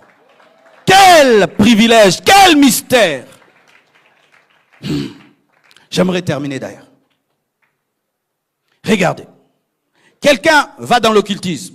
Il fait un pacte avec un démon. Dès que le démon entre en lui, on lui donne des principes. Tu ne vas plus manger ça, tu ne vas plus boire ça. À telle heure, tu dois faire ça. Tu vois, la présence de l'esprit en lui le change. Et il commence à ressembler au démon qui est en lui. Mais nous avons reçu le Saint-Esprit. C'est un esprit de propreté, un esprit de pureté. Comment tu as le Saint-Esprit avec toi, mais tu es en train de coucher avec une femme qui n'est pas ta femme? Le Saint-Esprit se sent comment dans ce corps? Est-ce que vous avez déjà senti, vous avez déjà compris ça? Tu as le Saint-Esprit en toi, mais tu es en train de coucher avec une femme qui n'est pas ta femme. Avec un mari qui n'est pas ton mari. Le Saint-Esprit se sent comment dans un tel corps? C'est comme si tu es dans une maison, très à l'aise, et un jour, on décide de remplir cette maison de fumée, et on prend des cadavres pourris, on les jette dans la maison, et on t'enferme dedans. C'est pourquoi le Saint-Esprit est triste dans la vie de beaucoup de chrétiens. Chaque samedi, tu l'amènes en boîte. Chaque samedi, tu couches avec une femme. Et tu as un Saint-Esprit. Tu ne sais même plus que tu as le Saint-Esprit. Il est en mode survie. Mode survie. Je vous assure, mes frères et sœurs, nous devons décider de pratiquer la parole de Dieu et de vivre la parole de Dieu et ne pas nous laisser influencer par le modernisme. Amen. Hein? La Bible reste la Bible, même si on est au 21e siècle, on ne corrigera pas la Bible pour devenir une église cool. Une église cool. Une église cool. Frères et sœurs, je suis sûr que certains en écoutant disent, c'est bien, mais que faire? Écoutez ce que Paul dit. Ne savez-vous pas que vous êtes le temple du Saint-Esprit? Alors je comprends que Paul invitait l'église de Corinthe à la révélation. L'un de mes secrets dans le domaine de la sanctification, ce n'est pas la discipline, c'est ce que je connais. La révélation de la parole me sanctifie. Je ne dis pas que je suis le temple du Saint-Esprit, je sais, j'ai la révélation que je suis le temple du Saint-Esprit. Et il est connu à l'église Compassion. Une sœur qui me tente, je te tape. Oui, c'est connu. Na obetio. Avant secrétaire, na betio pesa li kofi. 1. Présent d'impolitesse. 2. Ongo boma vinanga na se défendre.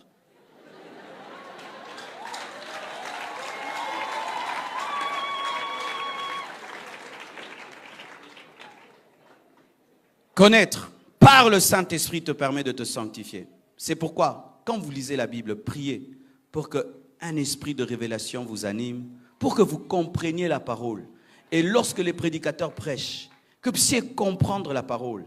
Et ma plus grande prière quand je suis venu ici, j'ai prié, Seigneur, donne-leur la capacité de pratiquer ce message, donne-leur de comprendre. Sinon, ils vont entendre et entendre, ils seront incapables de pratiquer. Saint-Esprit, ouvre les yeux. Vous allez voir que dans ce thème, il y a un enseignement derrière. La patience, n'est-ce pas? Pourquoi attendre? Parce qu'il faut être patient. La patience est amère, mais son fruit est doux. Le fruit de l'esprit, c'est la patience. Si tu as le Saint-Esprit, tu seras patient. Et d'ailleurs, tu te rendras compte que tu brûlais pour rien. Car même comme on va te donner cet homme et cette femme, tu ne coucheras pas avec elle tous les jours. Hein. Alors tu vas te rendre compte, Nando et Lanine. C'est comme quand on était des enfants. Tu as faim et tu aimerais qu'on prépare maintenant. Et quand la table est faite, on te dit termine, tu n'arrives plus à terminer. C'est pareil aussi. Chers célibataires, vous voyez quand vous voyez les mariés, ils se marient là, ils se tiennent, vous nous enviez. Ah vraiment, moi aussi, je rate. Mais sachez que des fois, nous avons des lestages. Mais oui, parce qu'il faut prier, il faut faire autre chose dans la vie. Alors si vous pensez qu'il n'y a que ça, vous êtes en train de vous tuer que pour ça, le jour que tu vas te marier, tu te rends compte que des fois même, on ne veut même pas faire ça. C'est pas qu'il y a des problèmes. Mais non, vous voulez faire autre chose. Alors vous voulez mourir pour ça. Alors,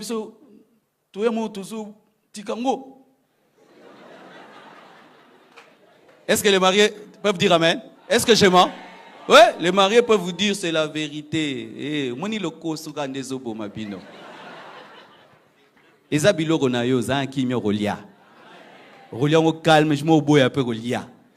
Car si on te prend, mon frère, avec la femme là que tu aimes beaucoup, on vous enferme dans une même chambre, on dit pendant une semaine, tu vas vous dire, alors, pourquoi tu vas mourir pour une chose que tu auras? Dis à ton voisin, pourquoi tu vas mourir pour une chose que tu auras? Pourquoi tu vas te tuer pour une chose que tu auras? Tu auras ça, sois patient, sois patient, sois patient. Que Dieu vous bénisse abondamment.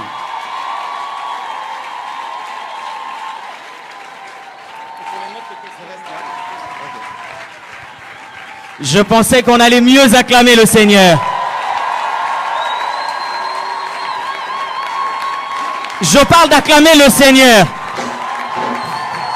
Je pensais qu'on allait dire merci autrement.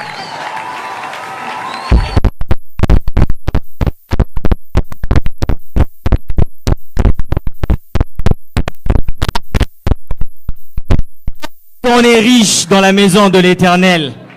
Qu'est-ce qu'on est béni dans la maison de l'Éternel?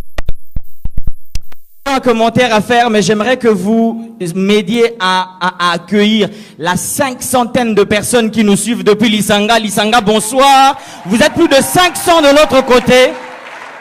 Nous vous disons bonsoir. Merci d'être avec nous. Nous allons passer à l'avant-dernière, disons ça comme ça, étape de cette rencontre. C'est l'étape de questions-réponses. Alors, pour ceux qui nous suivent à Lisanga, il y a un homme cravaté mauve qui est devant. Lui, il va recueillir toutes les questions que vous avez à partir de là-bas. Papa Fiston, tu vas recueillir toutes les questions. Ça veut dire que ceux qui nous suivent à Lisanga doivent écrire leurs questions, transmettre à Papa Fiston que je demande de se tenir devant. Papa Flavien passera tout à l'heure pour recueillir toutes ces questions et nous l'apporter ici. Pareil pour tous ceux qui nous suivent par les réseaux sociaux, Facebook ou Twitter. Et pour nous qui sommes ici, nous avons 2 micros. Il y a un micro qui va se tenir par là, un bonnet rouge et un bonnet jaune qu'on va nous aider à tenir pour ceux qui sont de ce côté. Si vous avez une question, vous aurez juste besoin de lever votre main. Le protocole va s'avancer de là où vous serez et vous tendre le micro. Mais je rappelle pour ceux qui sont à Lisanga, écrivez vos questions sur du papier. Papa Fiston, vous allez nous aider à recueillir et Papa Flavien les ramèneront vers nous. Des questions, on commence par où? Je vois une main là-bas. Levez-vous carrément pour ceux qui ont des questions. Par ici.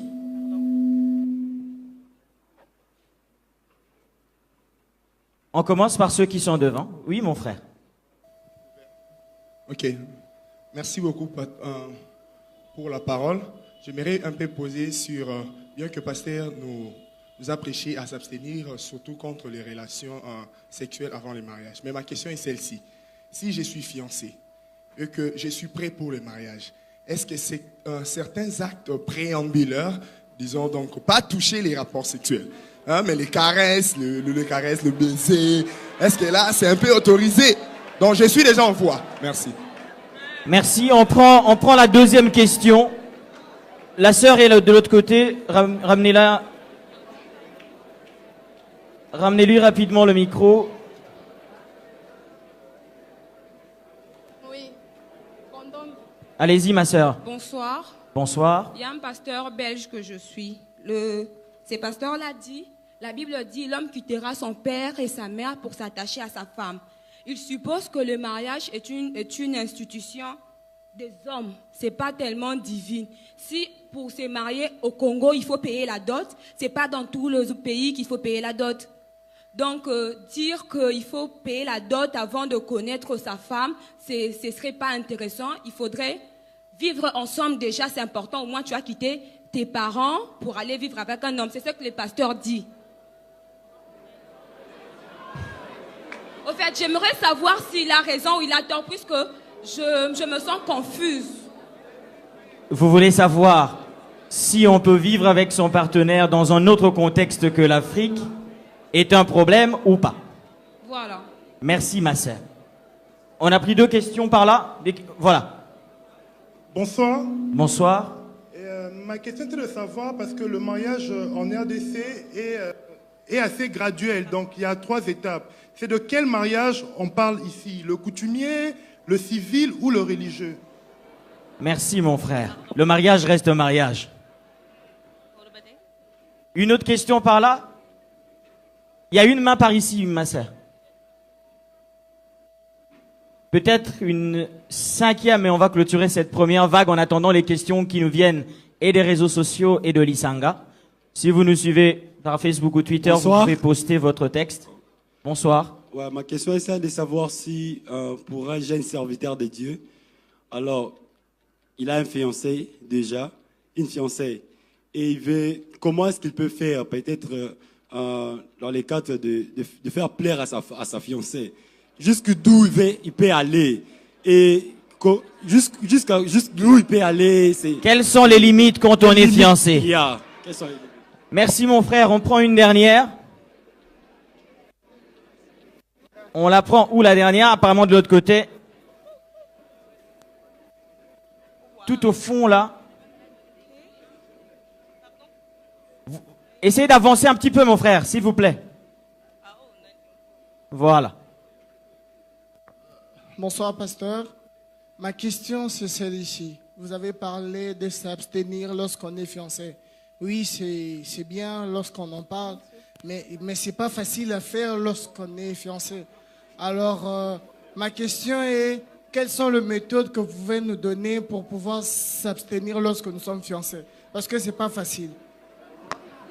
Il a au moins eu le courage de pouvoir dire que ce n'était pas facile. On va prendre les réponses du pasteur pour le solo de 5 premières questions que nous venons de recevoir.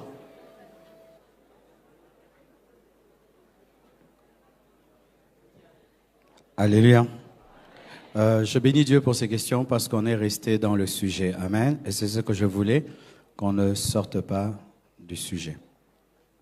Pour ce qui est du flirt, c'est la question que le frère pose. Jusqu'où on peut aller parce qu'il y a l'acte sexuel proprement dit. Il y a aussi les caresses, le flirt qui prépare l'acte sexuel. La Bible dit dans 1 Thessaloniciens 5, verset 22, « Abstenez-vous de toute espèce de mal. » De toute espèce de mal. Car la Bible ne doit pas être un livre de droit qui parle de tous les maux qui existent, mais toute espèce de mal. Je pose la question, frère. Si on te trouve avec ta fiancée, vous êtes en train de manger, tu vas sursauter? Si on te trouve, tu es en train de la caresser, tu vas sursauter? Pourquoi tu sursautes?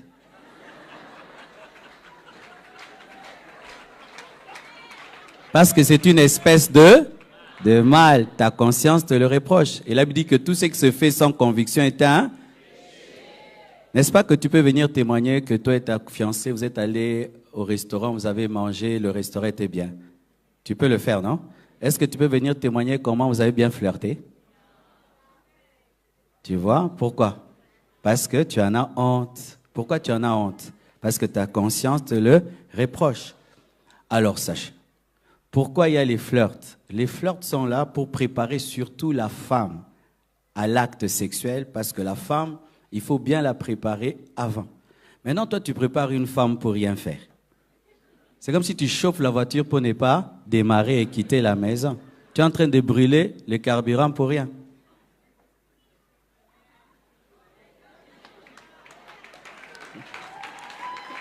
C'est comme un joueur, il fait tout le temps l'échauffement, il ne joue pas au foot. Il ne joue pas. Vous vous échauffez seulement, vous ne jouez pas. Vous allez jouer.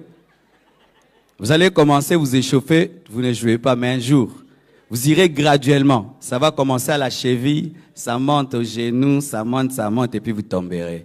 Parce que le péché progressif. Il ne faut pas tenter le diable. Amen. Tu peux tenir ta fiancée en main. Amen. Le secret pour les fiancés, il faut beaucoup causer. C'est pourquoi moi, j'aime pas les fiancés qui ne parlent pas. C'est dangereux. Pour ce malobé, sili, bakso et bandara. Remarquez bien, les sœurs qui sont engrossées souvent, ce sont des sœurs qui ne parlent pas beaucoup. Mais les sœurs qui parlent beaucoup, tu n'as pas le temps de l'engrosser. Elle te fait parler, elle part. Parler, elle part. Mais le bello était. Il faut beaucoup causer. Parler de l'église, parler de la Bible, vous parlez, tu pars. Mais quand vous ne parlez pas, il y aura une tension qui va venir et vous êtes tombé. Et aussi, rencontrez-vous dans un endroit où on peut vous surprendre. Au même il y a un ghetto, Kangipe, on n'a aucun problème. Causez, les parents vous voient, les gens passent, c'est ouvert. Mais quand vous allez dans un lieu secret où personne ne peut vous surprendre, déjà votre manière de vous cacher est une invitation au péché. Vivez aux yeux de tous, de sorte que vous ne serez pas tentés à pécher. Amen. Donc pour la dot, c'est vrai, c'est que mon frère a dit, il y a des cultures qui n'exigent pas la dot. La Bible dit que ce que vous lirez sur la terre sera lié au ciel.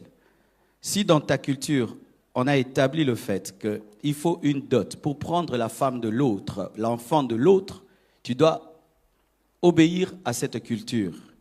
Parce que Dieu aussi entre dans les affaires des hommes. Si là sur cette terre on dit que quand il y a le feu rouge, tu dois t'arrêter. Et moi si je brûle le feu rouge, j'ai péché. Parce que je ne suis pas un modèle sur le plan de la société. Et quand la société dit qu'il faut la dot avant le mariage, tu dois doter l'enfant de l'autre. Mais si c'est une société où on ne réclame pas la dot, tu ne vas pas donner la dot. D'ailleurs, dans certaines cultures, c'est la femme qui apporte la dot. Mais tu dois te plier à la coutume. Amen. Dans le domaine de la dot. Mais étant donné que nous sommes chrétiens, après qu'il y ait la dot, il faut la bénédiction. Pourquoi? Ce n'est pas la famille qui établit le mariage. Ce n'est pas l'État qui établit le mariage. C'est Dieu qui a établi le mariage. C'est Dieu qui a engendré le mariage et Dieu doit être honoré dans le mariage. C'est pourquoi nous venons à l'église pour la bénédiction, afin de révéler que c'est Dieu qui est le commencement du mariage. Et pour construire une maison, nous implorons sa bénédiction. Pour voyager, nous implorons sa bénédiction. Maintenant, pour le mariage, une chose aussi importante. Voici. Pourquoi le problème de la bénédiction est devenu un problème dans nos églises? C'est parce que bénédiction équivaut à argent. C'est nous qui avons compliqué les choses. Dans l'ancien temps, lorsqu'un père donnait son enfant, c'est d'ailleurs le père ou le grand frère qui prenait la dot et bénissait seulement. Mais nous, maintenant, bénédiction veut dire 20 000 $. Il fallait une fête, une robe blanche qui coûte 2 000 $. C'est nous qui nous embrouillons. Nous devons redevenir humbles, faire des mariages moins chers.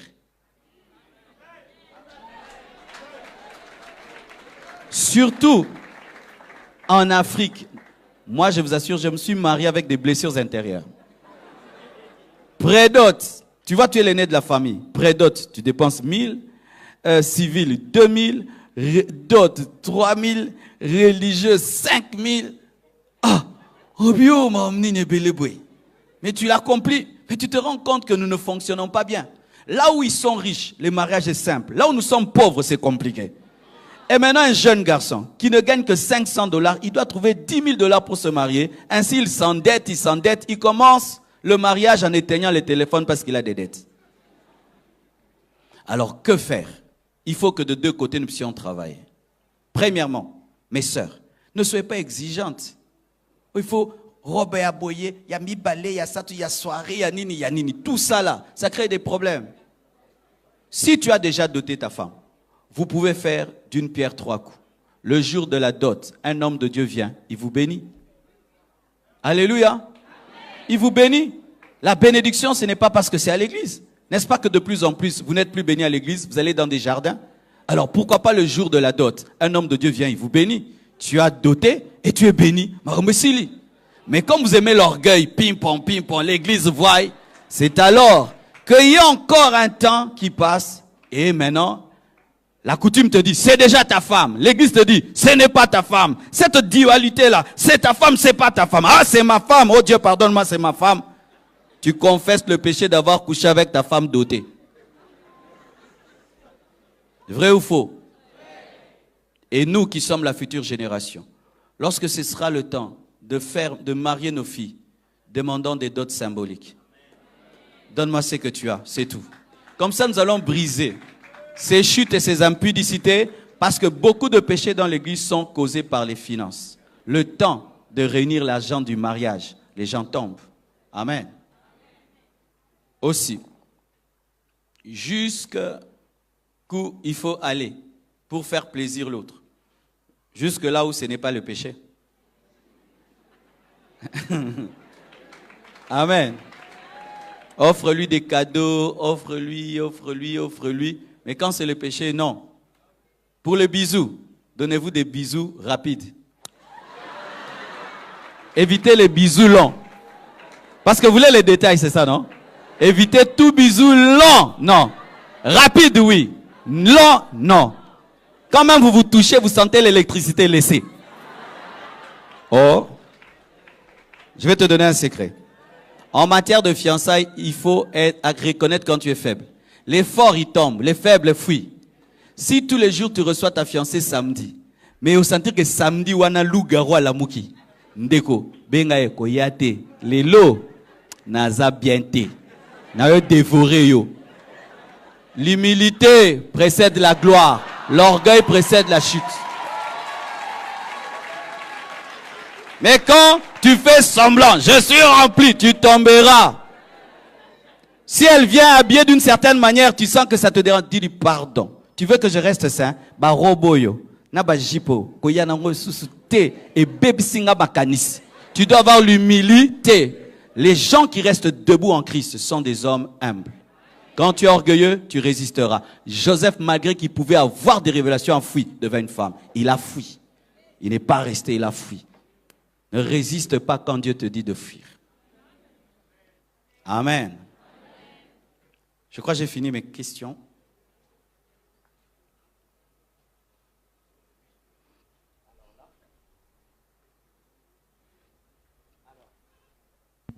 Ok. Alors là, on va passer la nuit, pasteur. Demain, il y a culte. Hein? Ah oui. Quelqu'un dit, quelles sont les barrières? Quelles sont? Quelles sont les barrières à instaurer dans une relation amoureuse pour éviter de tomber dans l'impudicité? C'est une question qui vient de l'Isanga. Et une question d'eux-mêmes qui vient de nos internautes, ceux qui nous suivent via Facebook. Il y a quelqu'un qui dit, ça fait 3 ans que je suis en relation avec un homme sans relation sexuelle. Il n'a pas les moyens de m'épouser dans l'immédiat et mon corps me demande déjà d'avoir un homme. Dois-je continuer à attendre ou devrais-je trouver un autre qui m'épouserait tout de suite? C'est sa première question. Et la deuxième, la même personne dit, y a-t-il des inconvénients spirituels et corporels pour un homme qui s'est abstenu dès son enfance? Cette question est revenue à plusieurs reprises. Est-ce qu'on doit redouter l'impuissance? Pasteur Megrananout. Qu'en dis-tu? C'est une question qui est revenue par plusieurs... Il y a une autre question qui dit, j'ai un fiancé, c'est une sœur, mais le problème c'est que c'est moi la fiancée qui n'arrive pas à arrêter. Arrêtez quoi? Ah, ok. Le problème, c'est que c'est moi qui n'arrive pas à arrêter. Que faire pour éviter cela? Une dernière pour Solo. Si une personne est convertie, mais il est tombé dans l'impudicité, si tu demandes pardon, est-ce possible de reprendre du bon pied? Ok, je commence par la dernière question. Le diable, lorsque il a tenté Adam et Ève, les poussant à manger l'arbre de la connaissance du bien et du mal, il a présenté l'arbre comme étant une bonne chose. Mais lorsqu'ils ont mangé, ils se sont rendus compte qu'ils s'étaient trompés. Et ils étaient remplis de culpabilité.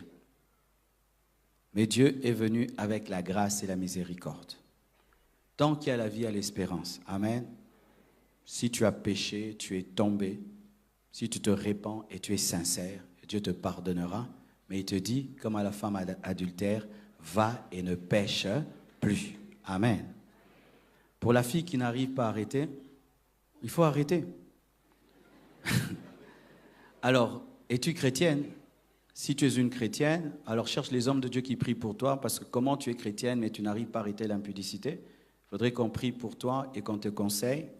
Mais si tu es inconverti, mais tu vas arrêter l'impudicité, tu n'y arriveras pas. Il faut accepter Jésus-Christ qui nous donne la nouvelle nature, qui nous permet de vaincre l'impudicité. Amen. L'inconvénient d'être chaste. Quel est l'inconvénient d'être une voiture en sachet? Il y a l'inconvénient d'être une voiture en sachet. Il n'y a pas d'inconvénient d'être vierge, d'être chaste. D'ailleurs, tu es vraiment kilométrage 0,0. Amen. Adam n'avait pas connu de femme, il a bien fonctionné. Il a eu Caïn et Abel. Donc, Joseph, lorsqu'on lui a donné une femme, il a fonctionné normalement. Bien aimé, pour ce qui est de la sexualité, c'est en nous. Quand un enfant naît, on ne lui apprend pas à téter, il tète, c'est en l'homme. Et tu n'as pas à t'entraîner. L'entraînement est déjà en toi. Ça viendra progressivement pour certaines choses, mais tu n'as pas besoin. Amen. Écoutez ceci. S'il s'avère aussi que tu es une sœur, tu as connu beaucoup d'hommes et tu épouses un homme qui n'a pas connu d'homme, des fois il faut être patient. Toi, tu as une grande expérience, lui n'en a pas, il faut être patient. Parce que des fois dans le mariage aussi c'est un problème de manque d'harmonie. Amen. Un problème de libido. Alors il faut être patient parce que toi, tu as eu beaucoup d'expérience, tu dois patienter pour que lui aussi arrive. Amen. Par aussi un homme Tu as eu beaucoup d'expérience et tu épouses une femme vierge, ce qui fait que tu dois être patient. Et quand on aime, on est patient. Et on m'a dit que c'est un département des jeunes mariés. Alors j'aimerais même parler aux jeunes mariés. Faites très attention lorsque vous êtes mariés et que ton mari n'est pas performant un jour et tu l'insultes. Ça paralyse l'homme parce que son cerveau est atteint. Et vous ne pouvez pas savoir que dans ce domaine-là, les hommes sont très fragiles que sa propre femme puisse lui dire que vraiment, tu n'es pas performant, tu n'arrives pas à quoi bon. Et pareil aussi pour les hommes. Ta femme n'arrive pas à t'amener à la jouissance, ne l'insulte pas. Elle risque de se sentir tellement dégradée devant de toi qu'elle risque de refuser toute relation intime parce qu'elle a peur d'être insultée par toi après. Faites très attention. Lorsqu'il y a un problème, apprenez à parler parce que les blessures dans ce domaine font très très mal et peuvent même engendrer maintenant une frigidité ou une impuissance. Amen. Ça, c'était une parenthèse pour ceux qui sont déjà mariés. Pour la sœur qui brûle, la Bible dit que celui qui brûle se marie. Mais tu ne vas pas te marier avec n'importe qui. Alors que faire? Si tu brûles, mais il y a l'homme de ta vie qui est là, marie-le, épouse. Mais si tu brûles, l'homme de ta vie n'est pas là, il faut que tu demandes à Dieu la maîtrise de soi et la patience. Les chrétiens brûlent tout le temps, pourquoi? Parce que certains chrétiens ne pensent qu'à ça. Là, tu es pervers, hein? Hé, toi, tu penses qu'à ça? Non. Si tu penses à l'évangélisation, tu penses aux âmes, à l'adoration, à l'œuvre de Dieu, à la construction, tu ne vas pas brûler tout le temps. Les chrétiens brûlent parce qu'ils pensent Nabala, Nabala, Nabala. Somunka foto libala, Nzambe, Nzambe, Nzambe. Occupez vos pensées, occupez votre temps à des choses utiles. Amen. Entretenez-vous par des psaumes et des cantiques, dit la parole de Dieu. Mais quand tu n'entretiens tes pensées que de ça, tu vas brûler. Qu'est-ce que tu penses tout le temps? Tu risques de te marier parce que tu brûles, alors qu'il ne faut pas se marier parce qu'on a brûlé. Il faut surtout se marier parce qu'on a trouvé. Et c'est bien de brûler quand tu as déjà trouvé, comme ça tu épouses la personne. Mais si tu brûles sans trouver, bien-aimé, maîtrise-toi jusqu'à trouver. Amen. Quelle barrière? Premièrement, faites un règlement d'ordre intérieur. Oui, quand vous êtes fiancés, faites un règlement d'ordre intérieur. 1, nous nous rencontrerons toujours là où tout le monde nous voit. 2, quand tu viendras me visiter, tu ne porteras jamais des habits indécents. 3, nous prierons toujours. Quand on se rencontre, on finira par la prière. Alléluia. C'est difficile de prier avant de tomber. Nzambe tout recommandé au moment oyo. Yakokwea. Bon salango. Priez en toutes choses. Amen. Commencez par la prière, finissez par la prière. Parlez de l'œuvre de Dieu lorsque vous entretenez. Aussi, si tu trouves que ton fiancé est faible, va toujours avec ce qu'on appelle un chaperon rouge. Vous connaissez ça? C'est ce que nos parents faisaient quand ils étaient très jeunes. C'était une fille n'allait jamais visiter un garçon sans un petit enfant. Et un petit enfant qui accompagnait toujours les parents. Petit nabino ce petit-là dérange toujours. Ah oui, si vraiment vous êtes très faible, ayez toujours un chaperon rouge avec vous. Amen. Et quand vous sentez que vous êtes allé très très loin, répentez-vous toujours. Ok. Merci, pasteur. On a toute une pile de questions et ça continue de pleuvoir. Je crois que le reste, on va les recommander auprès du département. Pour ceux qui n'ont pas entendu lire leurs questions, le département gère toutes vos questions et c'est entre les bonnes mains. Rendez-vous donc demain, 10h, dans les locaux vers le fond de la salle de l'école du dimanche. On peut pouvoir s'entretenir avec vous pour mieux vous orienter. Évidemment, il y a d'autres questions que nous enverrons auprès du pasteur pour besoin de sagesse et de profondeur pour que nous ayons des réponses qui vous satisfassent. Pour ceux qui sont à Lisanga, il y a les paniers des offrandes. Vous êtes certainement arrivés un peu plus tard. Il y a des paniers des offrandes qui sont là. Vous pouvez donc, avant de partir, soutenir l'œuvre de Dieu et l'Éternel ne manquera pas de vous bénir. Et ce sera pareil également ici à la sortie. J'aimerais inviter Papa Serge pour une petite communication et un petit mot de remerciement avant de pouvoir clôturer cet instant dans la prière. Est-ce qu'on peut applaudir très très fort le Seigneur?